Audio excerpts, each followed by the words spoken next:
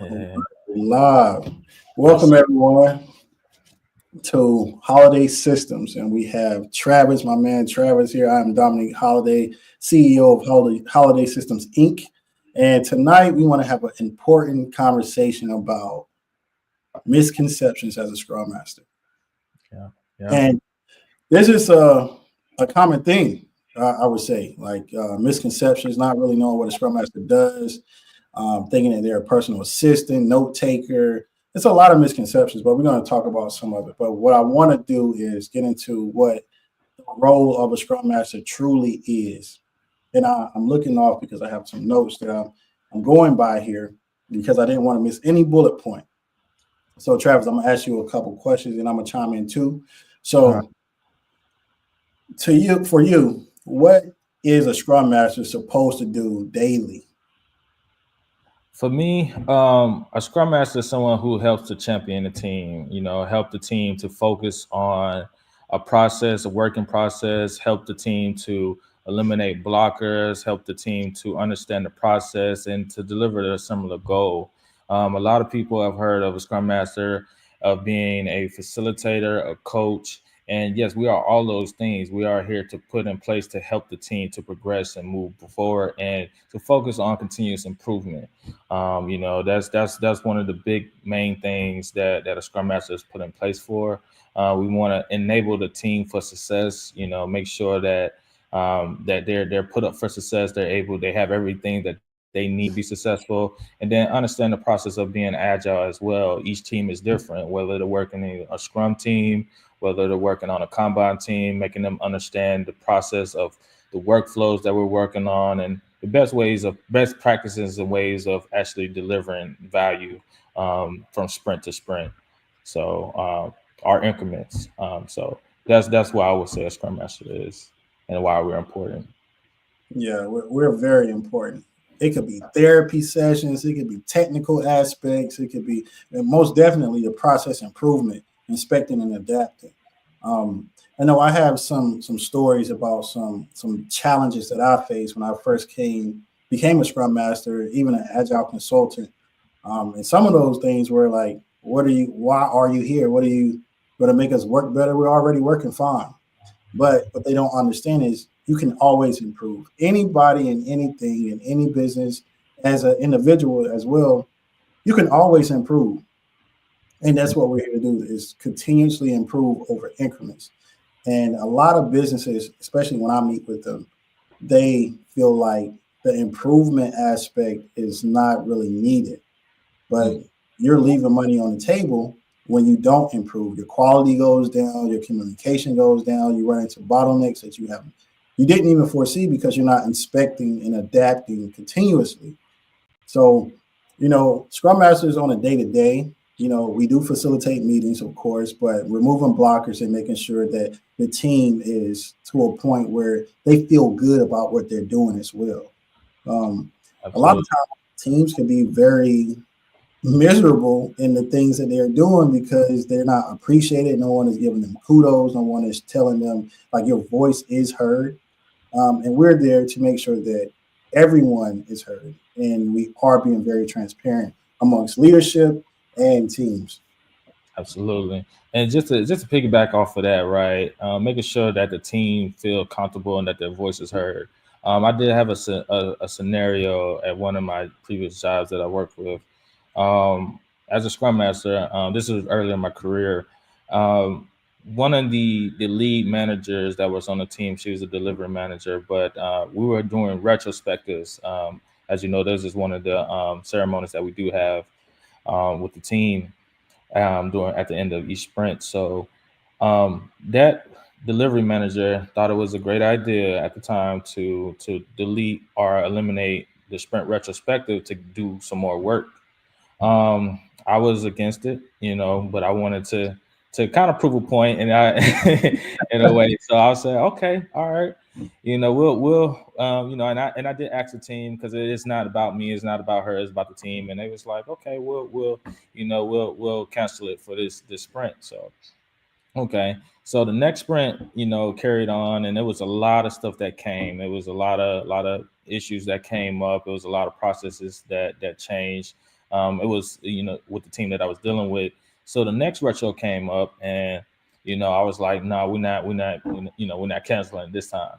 And the response that I got in that retro was phenomenal, because the team was saying, "Hey, don't you ever cancel another retro." We want to make sure this, because it's for everybody, but it's definitely for the team, the development team, to voice their opinions. If anybody has any action,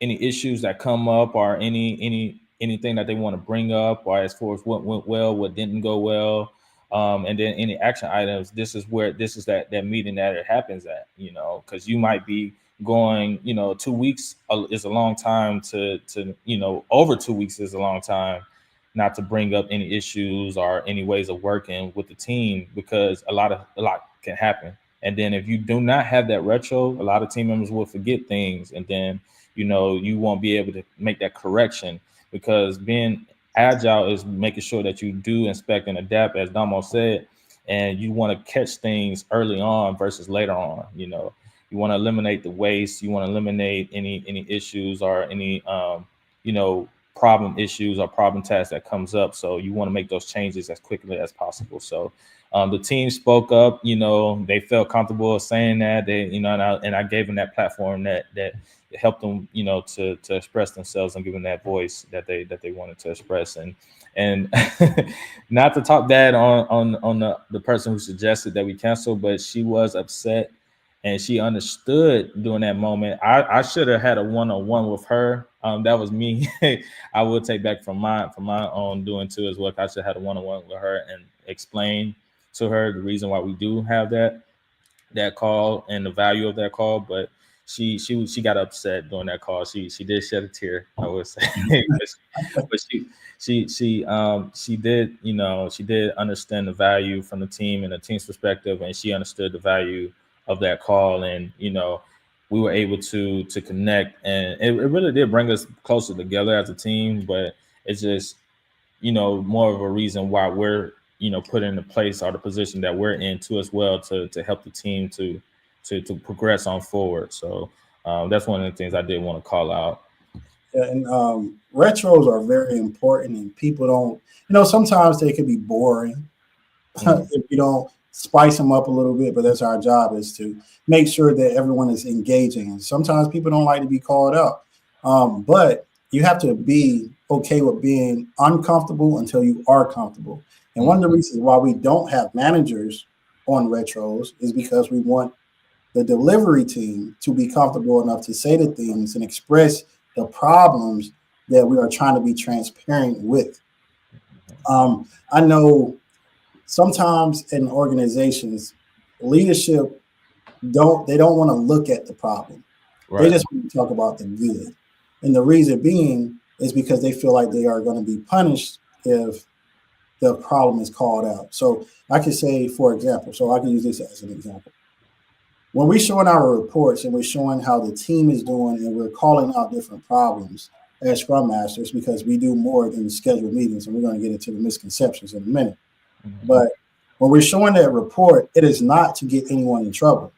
It is to look at it from a perspective of how can we be better.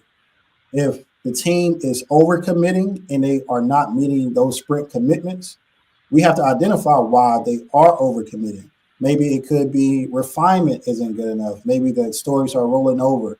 And to let everyone know that are on this call or looking at this call that don't know what sprints are increments in time that you try to deliver work in that specific time. That's what the increment is.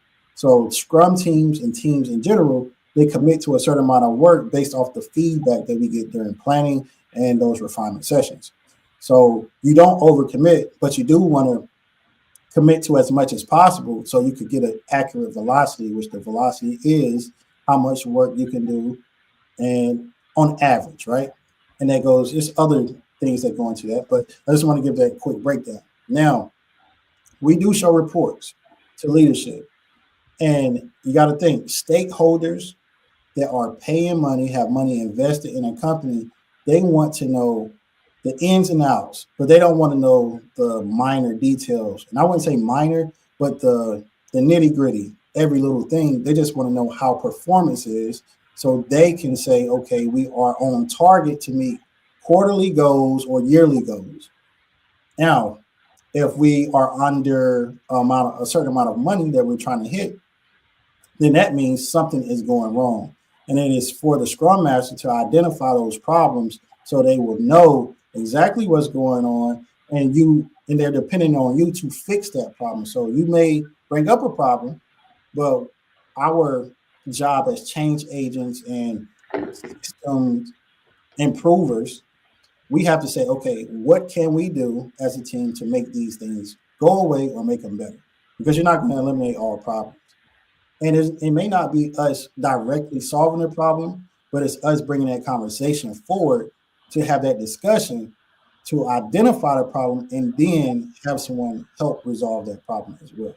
So I do want to just chime in on that. And the retrospective is a great way to get feedback from the team, let them know that you are being heard, and then taking action on the things that we can improve on and keep moving forward. Keep that train running, keep that engine oil. Because if you don't, you'll get stuck. And then those minor issues will turn into a lot of minor issues will return into a very big issue. And then either you will lose employee retention or you will lose money. It's a lot of things that you will lose. Actually, I'm not going to name them all. Yeah, But yeah, there's a lot of things that can happen. But I digress. So we want to get into what everyone was chiming in on about misconceptions as Scrum Masters. And I'm going to go through 4 bullets, and I'm going to name all 4 of them at once. And then we're going to talk about the biggest misconception. So, first one being treated like an admin or note taker. Second one, being expected to control the team. Third, thinking Scrum Masters are extra overhead. I hate that. yeah. Companies understand. And then the fourth and final one that I have identified is companies misunderstanding Agile completely. So, Travis, Yep. out of these 4, which one do you feel is the biggest misconception? The biggest one I would say is the micromanage. We although we're all at management level. It's no as far as the team, everybody is equal, on the team. Everybody has their voice. Then that's the reason why we call it the team.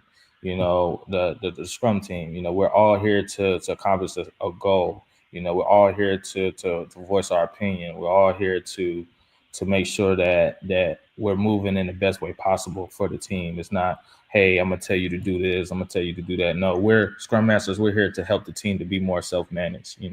That way, when what's their delivering value. We're pretty much all coming together to work together to be a great team. To make sure that, hey, you know pretty much everybody is it feels respected. The environment is a healthy environment too as well, versus working in the previous environments such as waterfall. We're promoting agile. We're making sure that everybody understands the process. Like I said, a working process that everybody is able to deliver value in, a system. Whether you're working as a scrum team, whether you're working as a Kanban team, making sure that everybody understands the process and pretty much their role too as well, and how we all bringing our pieces together to become one unit. So, but the micromanaging, that's one of the biggest things that I've heard of, because a lot of people don't really know what a scrum master role is. A lot of people are that we're pretty much, when we explaining it to others. In the past, I've heard people say, "Hey, it's just another manager or just project management." But yes, it's project management, but it's a different way of project management. It's you're championing the team. You're a part of the team. You're making sure that your team is successful. Because if your team is not successful, then you're not successful. And as Damos brought that up, there's a lot of, if your team is not successful, then everybody's gonna look at you, and you gonna it's not gonna be as good. You're gonna see what happens after that. So you want to make sure that your team is successful and in the best way possible. And as far as a manager, I feel like it's a lot that comes with that. And that's why I love being a scrum master, because it takes away that aspect of it. A lot of people that I've worked with, they say, "Hey, Travis, you're great to work with. We love you. For coming onto this team, being a change agent. You change the environment. It's a healthy environment where we're delivering work. We feel like if we need something or if anything happens, that you always have our back, and that's important. That's important when you're working with a team. You want to have that type of environment. You want to make sure that your team trusts you to help them out, and then vice versa, they'll help you out. So, you know, Yeah. And once you get that trust, people will go to bat for you, you know. But getting that trust can be a little difficult at first. So I'm not gonna go into my tangent about gaining trust because we have our one-on-ones and we do make sure that people are heard that are on the team to gain that trust and acting on the things that they want to see on that team as well. Because like you said, we're all peers. So we take feedback from every direction, then we come together and we make a concise group decision on how to move forward. So that's another thing about Scrum that I love is that it's not one person making a decision; it's the whole team. But for myself, the biggest misconception is companies misunderstanding agile completely, um, and that can overarch all of these actually, because agile is not an application, right? I've had people think that Jira was agile. No, Jira is a tool. That is a tool that you use to visually see what's going on. That's not agile. Agile is about breaking things down and accomplishing those things in increments, right? mhm. Inspect, adapt, keep moving forward. That's what agile is about. It's a mindset. People use agile and don't even know that they're using it. Some of the wealthiest people use the values, the principles that agile is made up of to be successful. But a lot of people don't know that they're using agile.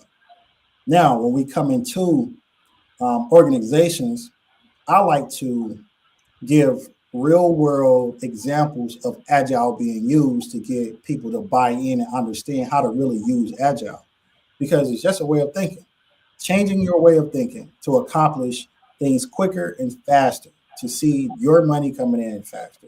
Because if you're executing faster, inspecting and finding problems faster, of course you're gonna make more money. That's the name of the game. Yeah. So misunderstanding agile completely is one of the biggest misconceptions that I see with companies, and then that falls under what it is overarching for Scrum Masters not knowing what a Scrum Master is, because if you don't know what Agile is, how are you going to even grasp the concept of a Scrum Master when you don't even know what we're following? Right. So we have to be coaches when it comes to that, and that's a part of the job is being that coach and implementing systems that work. So um, yeah, that's what I would say about misconceptions, and I want to roll right into when the role is set up to fail because it's misconceptions, and then you Yeah. could join an organization and you can't do anything right, no matter how many years of experience you have. Yeah. Yeah. They Uh, and I agree with you on that, Damo. You definitely have to get the buy-in. I know during the pandemic, even now, being in this role is a hot role to be a part of. This role is at every company. A lot of people are still it's a lot of companies that are mature, but it's a lot of companies that just got into this.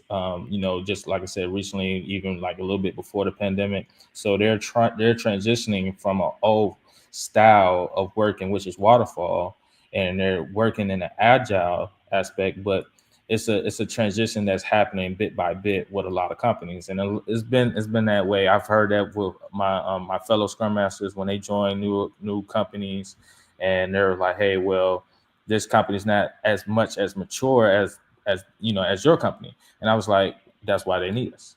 That's the whole reason why they need us there, to champion that process, to make sure that they understand the value of being agile and the ways of working, even just to from high level, to leadership, all the way down to working with the teams. So I had some teams that were a Scrum team, and they needed to be a Kanban team based on the repetitive work that was coming in. And once you make those changes, if coming in as a Scrum Master, you're able to observe that team, have those one-on-one with those team members, understand exactly what they're working on, their skill sets, and then understanding their voice as well, and you can understand the products and the work that they're delivering, and then you can make those choices. Hey, let's try this, and then try this for a sprint, and then if it works, we'll keep going, and we can make them changes, improve as time goes. But if it doesn't work, guess what? You can try other things. It's a way to, like you said, to inspect and adapt. So you just gotta come in, and then once you make that observation, then you can go from there. You can make those that bullet points of list of let's try this, and then you can go from there. And they'll be able to see the value in that. At least from my experience, excuse me, every organization that I've been a part of, that I came across, I have learned from them.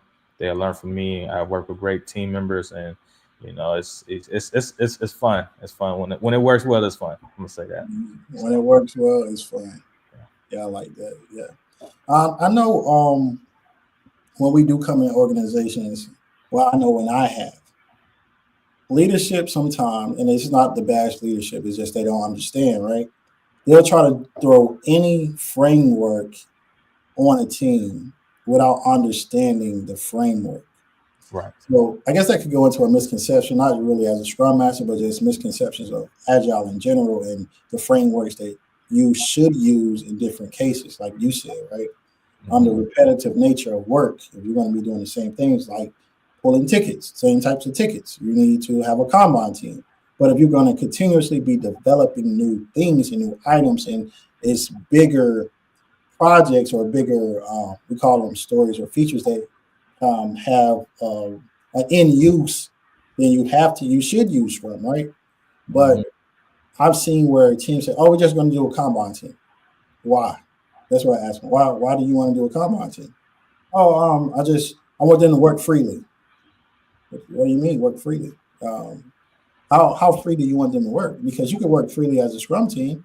You just have different ceremonies that you have to attend, and you have things that you have to work together as a team. If you have a Scrum team, you have to work together as a team. No silos, no individuals. You help your peer any chance you get. So that's some of the things that I've ran into. And, just, oh, let's be a Kanban team. Oh, let's be a Scrum team. Well, if you're just working on tickets that are the same, why do you want to be a Scrum team? Right. Like 5 people can pull 5 tickets and get them done. There's no intertwining that. So let them pull the tickets. And you could put guardrails up on a Kanban team. You could put like, you don't want to pull 10 tickets. They say don't pull 10 tickets. That's all you have to do. Do not pull 10 tickets in progress if you haven't finished 5 of those tickets. Like, if you want to put rules on Kanban teams, people, I'm here to tell you, you can do it. Yeah. Do not just say I'm working how I want to work because it's a Kanban team and I don't have to meet with teams. I don't have to give updates. I don't have to check. No. You still. You will check in. You will meet with your team. You will track your progress. But, just stop thinking that.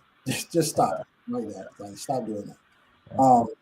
But let's get into, when a role is set up to fail. So size your organization doesn't understand Scrum. Like I just said, you're going to fail.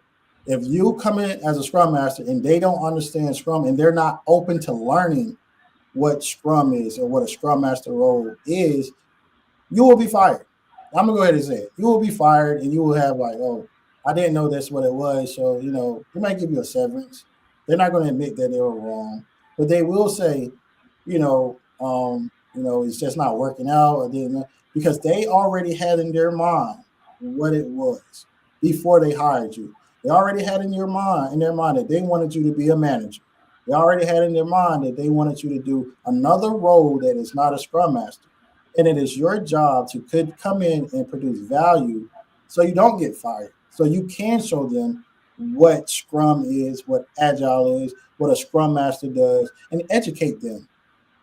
If you are just there doing everything that they tell you to do, and you're not used to doing it because that is not your role, then you can blame the company because they didn't know what they were doing, but you could put partial blame on yourself because we are change agents. That Mhm. is, Travis and I were talking before this call. We are change agents. We have to get people to think a different way. Right. That's going And to help them. right. And to piggyback off of that, the reason why they're bringing you in is because the process that they're doing is not working. So if it wasn't for that, we wouldn't even have a job. So that's one of the things to think of. So when you do join an organization, that's why I said it is important to observe. That first week, the first 2 weeks, because you want to know what are they doing, and then you also want to have that one-on-one with everybody on the team. You want to make sure that you understand what the process of the way their way of thinking, and what is not working. That way you could come in and be like, okay, well, let's try this. You You, ever you ever heard a scrum master say, "Oh man, this company is a mess. I hate it here." When I come in and a company is a mess, I love it. Like, thank goodness that it's a mess because now I can fix a lot of things and people can see my value immediately. I mm, come in, I say, okay, this is what was going on. And a month or two down, look how we were performing, and now look at how we're performing now. mhm, You see how these numbers went up and we eliminated X, Y, and Z. Showcase your talent. Tell people what you've done. Show them that you've coached the team on this and that. Because if you don't and you're just running meetings and sitting on calls, they're going to say, "So why are you here? We're already doing this." right, This is not, you don't get paid over $120,000 on a roll just to not do anything. So, schedule some lunch and learns, yeah, talk to leadership, let them know like you're a creative thinker because at the end of the day, that's what you really are, a creative thinker. You have to think in a way that others don't because you are from the outside looking in. Think about if you're driving a car, but you have MapQuest, right? So let's say the team, they're in a van or it's a bunch of cars on the road, but you are sitting higher because you can see every car that's coming. You have to look at things. Okay, if I see a problem coming for this car, I need to call them and tell them this may happen because you've already seen it happen. So you have to look at it in another perspective to get ahead of the problem and be proactive so they don't have to run into it. And sometimes they may miss you when you're gone. Sometimes that's how it is. And they will call you back like, "Oh my goodness, I need you to come back." yeah, But you know what happens when that happens? You get a raise. You'll go back and make more money than you were making before because they understand the true value of what you were doing now that you're gone. But before you even get to that stage, make sure they are knowing exactly what you are producing. right, So they can't say, "Well, I don't think he's doing anything." No, this is what I did. And absolutely put all of these things on your resume too, because that's what's going to get you another job as well. So everything that you go in and everything that you come up with, the creative thinking, the implementation of different processes and tools and coaching and all of that, put it on your resume. And then you'll have that to get an even higher paying job, right? And I'm not saying job hop. I'm just saying these are things that you need to know when it comes to becoming a Scrum Master because there's certain things I didn't know when I first became a Scrum Master. And that's what we do. We teach Scrum Masters how to be better, teach product owners how to be better. And as a Scrum Master, you do have to know the product owner role. yeah, Don't let anybody know, don't let anybody tell you that you don't have to know what a product owner does. Because how are you going to coach them? yeah. You have to know. And that's a good point. I know when I first got into my tech career, I didn't only just get a Scrum Master certification. I got a product owner certification, and for me, as it's not just about continuous learning for your team; it's about continuous learning for yourself too as well. It's all about improving over time. So I'm continues to learn. Right now my team is working in Salesforce. Hey, things that I don't know about Salesforce, guess what? I'm gonna go ahead and take a training on that because I want to make sure I'm as valuable as possible when I'm on this team, when I'm Mhm. working with these teams. So that's one of the things that I will promote or encourage others to do, other Scrum Masters to do as well. Make sure you know what your team is working on. Make sure you understand not only just the project management tools that we use, but also understand what your team is working in. As far as Salesforce, as a DevOps, you name it, any CRM that they're using, you want to make sure that you're on top of that too as well. You don't have to know everything, but you do want to make sure you're knowledgeable on that. Yeah, and understanding the product and user experience is also good to know, like what you are delivering on this team. Hmm. Because if you don't know, then you just don't know. Like you're gonna not understand some of the conversations that are being had, so you're not gonna be able to get ahead of a problem because you don't know that you're about to run into that problem. You don't know the severity of not getting this dependency met Right. because either one, you don't care, or two, you don't understand. And if you don't understand, that means you don't care to understand, really. So you have to understand a product. You have to understand the end user as well. So if you are working on a mobile app, download a mobile app. Download the mobile app. If you can download the mobile app and see how the user experience is, because when you do things like this as a Scrum Master, your ceiling is high. Mhm. You could be put in another role that pays more because you have learned so much as a Scrum Master, and people will start coming to you to make decisions, right? You're not a decision maker now, but you could be, right?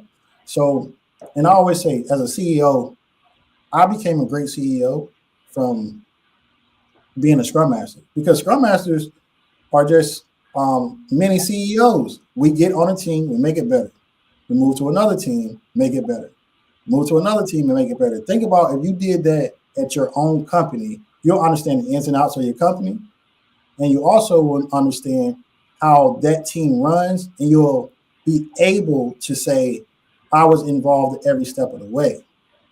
Now, of course, CEOs make a lot more money than Scrum Masters most of the time, but it depends on what type of company it is. It could be a startup, it could be whatever the case may be. But have a CEO mind coming in as a Scrum Master, like I want this to work. Like that team is your company. Whoever you're working with, that's your company.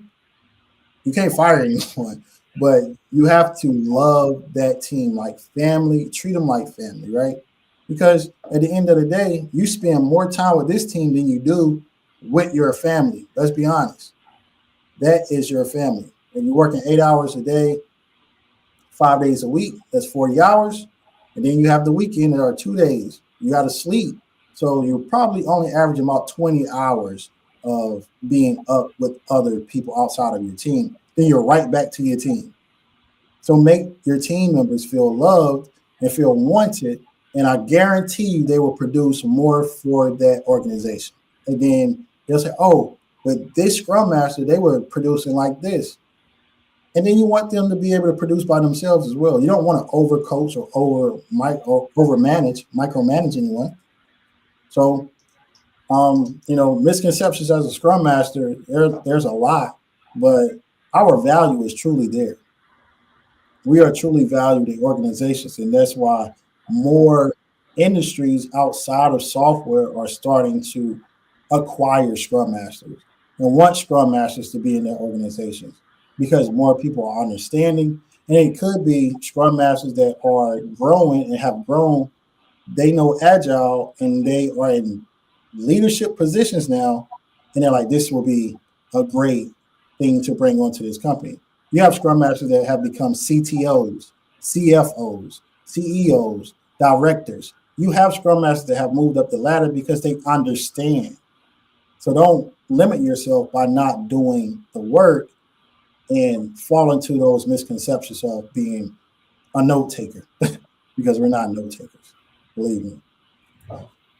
So much more, a lot more. Now I know we're running out of time here, but I do want to have a couple more things I want to cover with you, Travis. Hmm. Um, Skills beyond certifications. We all know you could take your 2-day certification through Scrum Alliance, or you could take your PSM. You could take a lot of certs, but are those certs going to really help you when it comes to being on a job? They might, if you refer back to some of the learning. But let's be honest, being on the job and understanding what works for a team, that is subjective. That is not just, oh, I read it in a book, I'm supposed to do this. Yeah, that's a guide, but human beings have emotions. They change all the time, and that's where we adapt. So understanding what Agile is and understanding what Scrum Masters are, it helps you with that. So why certifications aren't enough, because you have to do the work. Key soft skills Scrum Masters need: communication, first and foremost, conflict resolution, Yeah. Problem solving. Yep. and facilitation. Facilitation. Let's talk about facilitation for a bit before I move to emotional intelligence. Facilitation is a skill. I don't want anyone to think that facilitation is not a skill. A lot of people cannot get on a call and ask questions to get answers, to get people to know that they know the answer. That is what facilitation is. It is not just, okay, let's have a stand up. What you doing today? No, that's not it. Sprint planning, like all of these ceremonies that we have, you have to facilitate them, but you are not necessarily running them, quote unquote. Facilitation is a skill that you have to acquire as a Scrum Master, or you will be in that bucket of misconceptions. Yep. You have anything to say about facilitation, Travis? Yeah, I have seen it. I have learned from even other Scrum Masters of joining and shadowing other Scrum Masters when I do join a organization. I have seen the stand ups go from people just being quiet to people blaming each other. So you definitely got to understand your team. You got to make sure you understand where they're coming from. That's why I was speaking of one-on-ones is very important, as being a facilitator, because you understand what each person is working on. You understand where they're coming from. That way, if they do bring up an issue or say, hey, I ran into this blocker, or you're able to help them to resolve that blocker. Not necessarily saying that you have to do it, but you can help them and guide them to resolve it themselves.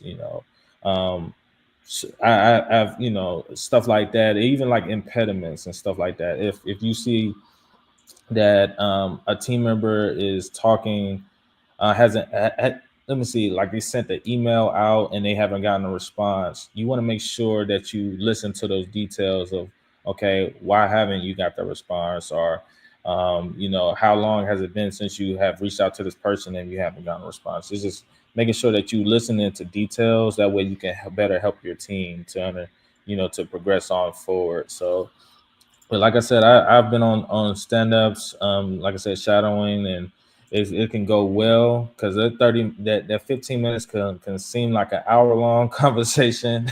If it doesn't go well, it could run smoothly. I've seen it run smoothly, like even before it wraps up, before the 15 minutes, if it's run well. So if you can facilitate the team well enough and the call well enough, then it could run smooth and no one will have issues. Or even if they do have issues, you get right to the point, and then another team member can come in and chime in and help out. So that's one of my takes on that. But you definitely, I've throughout my experience, I've seen so much of why this role is needed. And it's not always easy. I'm gonna tell you that. So, so And I second that, because a lot of people think, oh, I'm going to get my certification and get a job. No, people are really, I'm not going to say a lot of organizations understand Scrum Masters and Agile as of right now. So the job market still is open as far as that goes, but there are more people in leadership positions that are doing the hiring for Scrum Masters and Agile coaches and product owners that understand it. They have moved over that hurdle of, let's just look at a resume and bring someone on, and mhm. we'll see if they fit. No, it's not like that anymore. It's more so, do you understand? They're asking questions to test your emotional intelligence, to test your facilitation skills. To Hmm. know if we have this problem, are you the right person to come in and help us fix it? Yeah. So keep that in mind too. If you are a Scrum Master that is looking for a job and you seem like you can't ace the interview, it's probably because you are not having that dialogue with the manager or whoever's on that call. And what I mean by dialogue is you are asking them questions about the company to get a better sense of how you can come in and help that team based off the knowledge that you do have as a Scrum Master. So I do want to put that out there as well. And I know we got 5 minutes, so I do want to get into how to get support from HSI if you are a Scrum Master and you can't find a job, or if you're thinking about becoming a Scrum Master or product owner and you want to learn more, or if you're just an organization that would like to us to come in and help your organization and implement Scrum, implement Kanban, or one of the frameworks under the Agile methodology, then this is how you get in contact with us. You can visit our website. Of course, we're on YouTube, Facebook, Instagram. And also, we do have a free Discord that we just created that you can join. And that'll be posted on our YouTube channel, Instagram, and LinkedIn. So if anyone that wants to join, even if you are a seasoned Scrum Master, seasoned product owner, developer, quality test lead, so we want to bring this community together, kind of like a community of practice, so we can push good information out and get rid of those misconceptions and make sure that people understand the role and produce value in the market. So all of that, all of those myths will go away. So that's how you could get in contact with us. And Travis, you have anything to say before we end the call? Nope. Just piggyback off of what you said. Yeah, we're here. We're and joining HSI. You will become family. So, looking forward to everyone joining and getting to meet all the new team members. So, just want to say that. Sounds good. Sounds good. Also, we have a cohort next month that Travis will be leading. So be sure to join that if you are looking to become a Scrum Master, product owner, or if you're a company. We do have a special for companies as well. You can have unlimited seats in that cohort that he'll be leading. And then after he teaches you the basics from a company perspective, you will be working with Pia and myself with marching your company down into becoming better as an organization and turning that small business into a large corporate business that brings in a lot of revenue. So again, my name is Domonique Holliday, CEO of Holliday Systems Inc. And this is Travis Brown, Agile Consultant for Holliday Systems Inc. And until next time, thank you again, everyone. Thank you, team.